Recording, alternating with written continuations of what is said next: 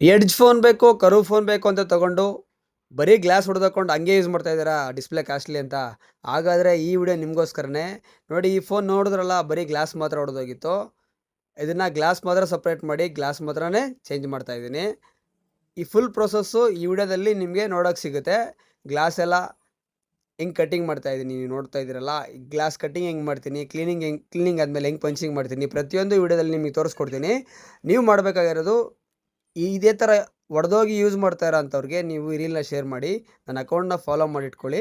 ನೋಡಿ, glass final ಸ್ಟೇಜಿಗೆ ಬಂತು. ನೀಟಾಗಿ ಕಟ್ ಮಾಡಿಕೊಂಡು ಇದನ್ನು ರಿಮೂವ್ ಮಾಡ್ತಾಯಿದ್ದೀನಿ. ಕಟ್ಟಿಂಗ್ ಎಲ್ಲ ಆದಮೇಲೆ ಪ್ರಾಪರಾಗಿ ಇದನ್ನು ಡಿಸ್ಪ್ಲೇನ ಫ್ರೇಮ್ ಔಟ್ ಮಾಡ್ಕೊಬೇಕಾಗುತ್ತೆ. ನೋಡಿ ಎಷ್ಟು ಚೂರಿರುತ್ತೆ, ಒಂದೊಂದು ಸಲ ಈ ಥರ ಚೂರಿದ್ದಾಗ ಹೊಡೆದೋಗೋ ಚಾನ್ಸಸ್ ಇರುತ್ತೆ. ನೋಡಿ, ಪೇಪರ್ LED ಹೆಂಗಿದೆ ನೋಡಿ, ಗ್ಲಾಸ್ ಕುಂಡ್ರಿಸಿದ್ದೀನಿ. ನೋಡಿ, ಇದೇ ಪಂಚಿಂಗ್ ಮಿಷನ್ನು. ಇದರಲ್ಲಿ ನೀಟಾಗಿ ಡಿಸ್ಪ್ಲೇ ಮತ್ತು ಗ್ಲಾಸ್ನ ಎರಡನ್ನೂ ಪಂಚಿಂಗ್ ಮಾಡ್ತಾಯಿದ್ದೀನಿ. ನೋಡಿ, ಪಂಚಿಂಗ್ ಆಗ್ತಿದೆ. ಪಂಚಿಂಗ್ ಆದಮೇಲೆ ನಮ್ಮ ಡಿಸ್ಪ್ಲೇ ಪ್ರಾಪರ್ ಫಿನಿಶಿಂಗ್ ಜೊತೆಗೆ ಬಂದ್ಬಿಡುತ್ತೆ. ಈ ಥರ ಇದರಲ್ಲಿ ಸಣ್ಣ ಸಣ್ಣ ಬಬಲ್ಸ್ ಇರುತ್ತೆ. ಸೊ ಅದಕ್ಕೋಸ್ಕರ ನಾನು ಇದನ್ನು ಬಬಲ್ ರಿಮೂವರ್ ಮಿಷನ್ಗೆ ಹಾಕ್ತಾಯಿದ್ದೀನಿ. ಫಾಲೋ ಮಾಡೋದು ಮರಿಬೇಡಿ. ಈ ಥರ ಗ್ಲಾಸ್ ರಿಪೇರ್ ಮಾಡಿಸ್ಕೊಳ್ಳೋದು ಮರಿಬೇಡಿ. Thank you so much.